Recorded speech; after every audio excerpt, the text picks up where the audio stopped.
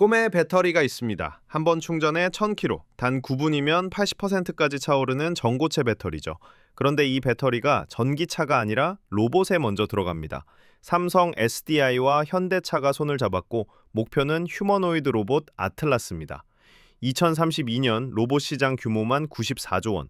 지금 판이 완전히 바뀌고 있는 겁니다. 왜 하필 로봇일까요? 여기엔 우리가 몰랐던 돈의 흐름과 기술의 비밀이 숨어 있습니다. 2025년 2월 조용히 체결된 협약 하나가 업계를 뒤흔들었습니다. 삼성 SDI와 현대차 기아가 로봇 전용 배터리를 함께 만들겠다고 선언한 거죠. 단순한 공급 계약이 아닙니다. 삼성이 개발한 전고체 배터리를 현대차 로보틱스 랩에서 직접 테스트하고 데이터를 쌓아가는 구조입니다. 사실 이 협력은 이미 시작됐습니다. 현대차의 서빙 로봇 다리, 배달 로봇 모베드에는 벌써 삼성 배터리가 들어가 있거든요. 매일 수천 번의 충전과 방전을 반복하면서 실전 데이터가 차곡차곡 쌓이고 있는 겁니다. 최종 목표는 명확합니다. 보스턴 다이내믹스의 휴머노이드 로봇 아틀라스에 전고체 배터리를 심는 거죠. 삼성 SDI는 2027년 본격 양산을 선언했고 현대차는 2028년까지 미국 조지아주 메타플랜트에 연간 3만 대 규모의 로봇 공장을 짓겠다고 발표했습니다. 두 거인이 같은 방향을 보고 달리기 시작한 겁니다. 흥미로운 건 이 동맹의 타이밍입니다. 테슬라가 옵티머스를 밀어붙이고 중국이 저가 로봇으로 물량 공세를 펼치는 지금 한국의 두 대기업이 기술 동맹으로 맞불을 놓은 거죠. 이건 단순한 협력이 아니라 미래 패권을 두고 벌이는 전략적 배팅입니다. 지금 이 순간에도 테스트 로봇들은 쉬지 않고 움직이며 귀한 데이터를 만들어내고 있습니다. 2026년 CES 현대차 부스 앞에 사람들이 몰렸습니다. 키 190cm, 몸무게 90kg의 거대한 로봇이 서 있었거든요. 보스턴 다이내믹스의 신형 아틀라스였습니다. 이 로봇이 무대 위에서 50kg짜리 부품을 번쩍 들어올렸습니다. 그것도 모자라 백덤블링을 하고 몸통을 360도 돌려버렸죠. 인간이 절대 못하는 동작입니다. 관객들 사이에서 탄성이 터져 나왔습니다. 그런데 진짜 놀라운 건 따로 있었습니다. 시연 도중 아틀라스가 갑자기 멈추더니 스스로 충전소로 걸어갔습니다. 배터리를 직접 교체하고 다시 무대로 돌아온 거죠. 사람 손 하나 안 탔습니다. 자율적으로 에너지를 관리하는 로봇, SF 영화에서나 보던 장면이 현실이 된 겁니다. 아틀라스에 들어가는 배터리 용량은 약 3.7kWh. 이 정도면 4시간 연속 작업이 가능합니다. 문제는 이 로봇이 하는 일이 보통 일이 아니라는 거죠. 무거운 걸 들고, 뛰고, 회전하고, 그러면서도 스스로 충전까지 해야 합니다. 작은 공간에 엄청난 에너지를 담아야 하는 겁니다. 기존 배터리로는 답이 없습니다. 전고체 배터리만이 이 까다로운 조건을 맞출 수 있죠. 지금 우리가 쓰는 배터리 안에는 액체가 들어 있습니다. 리튬이온 배터리죠. 이 액체 전해질 속을 리튬이온이 왔다 갔다 하면서 전기가 만들어지는 구조입니다. 문제는 이 액체가 불에 약하다는 겁니다. 외부 충격을 받거나 구멍이 나면 순식간에 화재로 번지죠. 전기차 화재 뉴스가 끊이지 않는 이유가 바로 여기에 있습니다. 전고체 배터리는 이 액체를 고체로 바꿔버린 겁니다. 발상의 전환이죠. 고체 전해질은 구멍이 나도 충격을 받아도 불이 붙지 않습니다. 안전성이 근본적으로 다른 차원인 거죠. 그런데 장점이 안전성 하나만이 아닙니다. 같은 크기의 기존 배터리보다 40에서 50% 더 많은 에너지를 담을 수 있습니다. 에너지 밀도로 따지면 리터당 900W시, 기존이 600W였으니까 엄청난 차이죠. 충전 속도는 더 놀랍습니다. 전기차 급속 충전이 보통 30분에서 1시간 걸리잖아요. 전고체는 9분이면 80%가 찹니다. 안전하고 용량 크고 충전 빠르고 배터리의 3박자를 전부 갖췄으니 업계에서 꿈의 배터리라고 부르는 겁니다. 꿈이 현실이 되려 하고 있습니다. 전기차 시장이 요즘 심상치 않습니다. 업계에서는 캐즘이라고 부르죠. 초기 얼리 어답터들은 다 샀고 대중은 아직 망설이는 수요 정책입니다. 배터리 회사들이 직격탄을 맞고 있습니다. 여기에 더 큰 문제가 있습니다. 전기차 가격에서 배터리가 차지하는 비중이 무려 40%입니다. 완성차 업체들이 배터리 값 깎으려고 혈안이 된 이유죠. 마진이 남지 않습니다. 그런데 로봇 시장은 판이 완전히 다릅니다. 휴머노이드 로봇 한 대 가격이 얼마인지 아십니까? 약 2억 원입니다. 고가 장비 시장이죠. 여기서는 배터리 가격이 조금 올라도 큰 문제가 되지 않습니다. 실제로 로봇용 전고체 배터리 예상 가격이 킬로와트 시당 600에서 800달러입니다. 전기차용이 110달러 정도니까 5배에서 8배 비싼 거죠. 물론 로봇 한 대에 들어가는 배터리 양 자체는 적습니다. 하지만 개당 마진율이 압도적으로 높습니다. 배터리 회사 입장에서는 황금알을 낳는 거위를 찾은 셈이죠. 게다가 로봇 고객들은 가격보다 성능을 봅니다. 배터리가 곧 로봇의 가동 시간이니까요. 최고 성능의 배터리를 달라고 먼저 손을 내밀고 있는 겁니다. 전기차를 떠올려 보세요. 배터리가 어디에 있습니까? 차량 바닥 전체에 넓게 깔려 있죠. 평평하게 쭉 펼칠 공간이 있으니까 가능한 겁니다. 그런데 휴머노이드 로봇은 다릅니다. 사람 형태를 유지해야 하거든요. 배터리를 넣을 곳이 가슴이나 등밖에 없습니다. 아주 좁은 공간에 최대한 많은 에너지를 쑤셔 넣어야 하는 거죠. 에너지 밀도가 낮은 기존 배터리로는 답이 없습니다. 전고체 배터리가 유일한 대안인 이유가 여기 있습니다. 그런데 재미있는 게 또 있습니다. 전고체 배터리에는 계면 저항이라는 기술적 난제가 있거든요. 고체 전해질 특성상 내부 극판들이 서로 꽉 붙어 있어야 성능이 나옵니다. 조금이라도 떨어지면 효율이 뚝 떨어지죠. 전기차에서는 이게 문제입니다. 도로 위를 달리면서 계속 진동이 가해지니까 밀착 상태가 느슨해질 수 있거든요. 아직 해결 못한 숙제입니다. 반면 로봇은 다릅니다. 단단한 금속 프레임이 배터리를 꽉 잡아주거든요. 마치 압박 운동복처럼 배터리를 감싸서 밀착 상태를 유지시켜줍니다. 반도 장치 없이도 전고체 배터리 성능을 100% 뽑아낼 수 있는 거죠. 기술적 궁합이 딱 맞아떨어진 겁니다.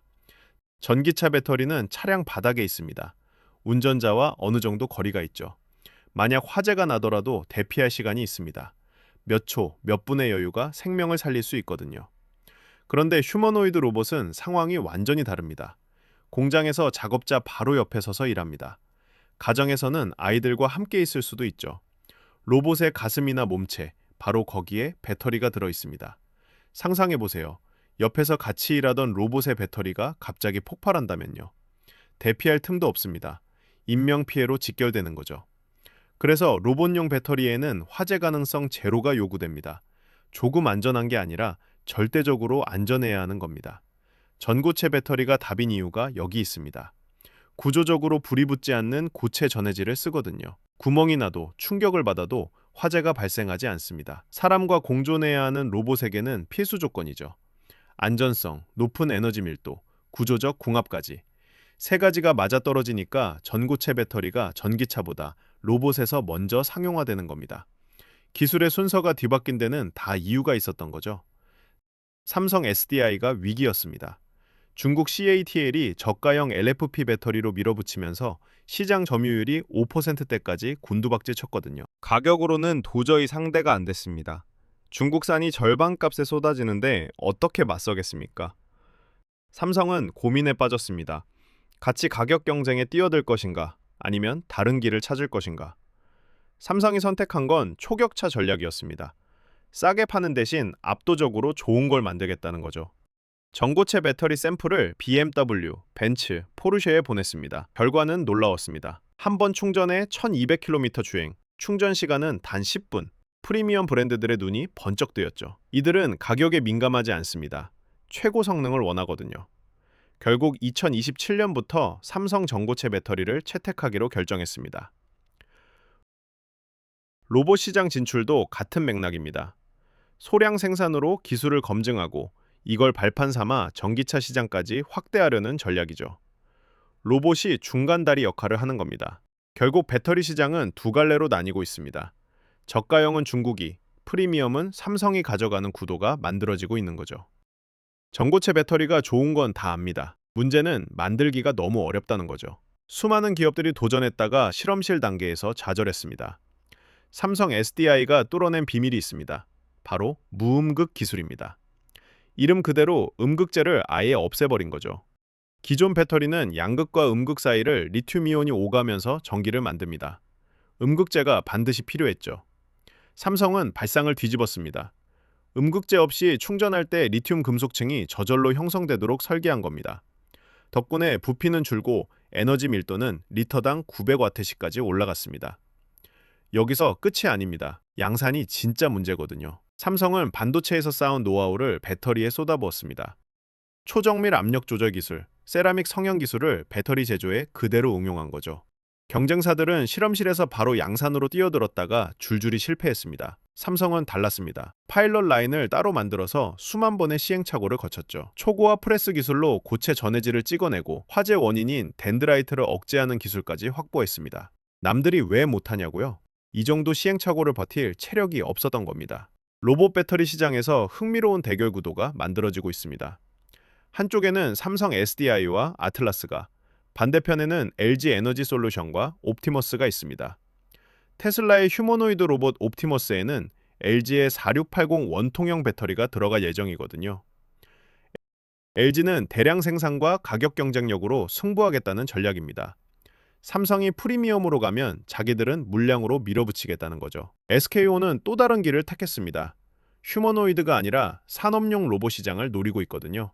현대 위아의 물류 로봇, 주차 로봇에 배터리를 공급하면서 틈새 시장을 공략하는 중입니다. 중국 CATL도 가만히 있지 않습니다. 정부의 전폭적인 지원을 등에 업고 2027년 전고체 양산을 선언했거든요. 기술 격차를 무섭게 좁혀오고 있습니다. 삼성 SDI도 로봇에만 올인하지 않습니다. 미국 공장 라인을 개조해서 데이터 센터용 ESS 배터리 생산을 늘리고 있고요. 유럽에서는 BMW, 차세대 플랫폼 노이의 클래스에 배터리를 공급하려고 헝가리 공장에 대규모 투자를 단행했습니다. 사방에서 전쟁이 벌어지고 있는 겁니다. 투자자라면 2026년 3월을 달력에 표시해두세요. 인터배터리 전시회가 열립니다. 삼성 SDI와 현대차가 그동안 개발해온 전고체 배터리의 구체적인 스펙을 공개할 예정이거든요. 실제 성능이 기대에 부합하는지 여기서 판가름이 납니다. 더 중요한 건 2027년입니다. 삼성이 약속한 전고체 배터리 본격 양산 시점이죠. 진짜 양산이 시작되는지, 수율은 제대로 나오는지가 주가를 움직일 핵심 변수입니다. 리스크도 냉정하게 봐야 합니다. 전고체 배터리의 핵심 소재인 황화물계 고체 전해질은 습기에 극도로 취약합니다. 제조 공정 전체를 완전 건조 상태로 유지하는 드라이룸이 필수인데요. 이 시설 구축 비용이 어마어마합니다. 초기 생산 비용이 예상보다 높아질 수 있다는 얘기죠. 또 하나, 로봇 배터리가 삼성 SDI 전체 매출에서 차지하는 비중은 아직 5%도 안 됩니다. 단기 실적에 바로 반영되기는 어렵습니다. 현대차 아틀라스가 실제로 미국 공장에 투입되는 2028년까지 시간이 필요하고요. 그 사이 중국 CATL이 얼마나 쫓아오느냐도 계속 지켜봐야 할 변수입니다. 꿈의 배터리가 전기차가 아닌 로봇에서 먼저 세상에 나옵니다. 의외의 순서였지만 다 이유가 있었죠. 삼성 SDI와 현대차의 동맹은 단순한 부품 공급이 아닙니다. 피지컬 AI의 심장을 한국 기술로 만들겠다는 선언입니다. 로봇에서 검증된 전고체 기술은 전기차로, 드론으로, 도심 항공 모빌리티로 퍼져나갈 겁니다. 물론 양산 지연, 비용 문제라는 리스크는 있습니다. 하지만 반도체가 그랬듯 고난도 기술에서 한국은 언제나 답을 찾아왔습니다.